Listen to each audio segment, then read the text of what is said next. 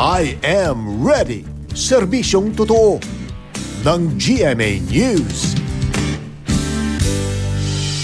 Mga kapuso, magpapatuloy ang pagulan sa iba't ibang bahagi ng bansa ngayong araw na ito. At sa mga nagtatanong kung pumasok na po ba ang tagulan at kung may bagyong parating, ayon sa Pag-asa, sa ngayon po ay wala pa naman. Pero karaniwan daw kapag Mayo, 1 hanggang 2 bagyo ang posibleng pumasok dito po sa loob ng ating Philippine Area of Responsibility. At tumataas din ang dami ng ulan sa malaking bahagi ng bansa.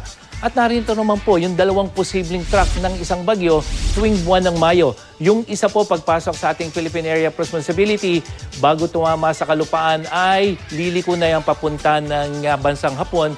Pero merong pong pangalawa na posibleng tumawid ng Visayas, dumaan malapit sa Metro Manila at liliko rin pabalik ng Japan. Pero ito po mga bagyong ito yung hahatak ng hanging habagat o southwest monsoon at siyang magiging dahilan upang magsimula na yung rainy season dito sa ating bansa. Pero paglilinaw po ayon sa Pag-asa, wala pa tayong namamataang bagyo o namumuong sama ng panahon sa loob ng ating Philippine Area of Responsibility.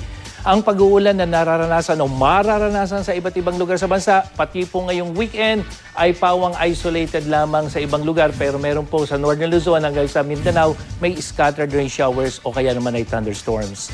At dito sa Metro Manila, pag-ambon lamang po ang aasahan, lalong-lalo na pagdating ng gabi, base po yan sa datos ng Weather Central. At para sa iba pang impormasyon tungkol sa lagay ng panahon, bisitahin lang ang website at Facebook page ng GMA Weather. Ako po, si Nathaniel Cruz para sa I Am Ready, serbisyong totoo ng GMA News.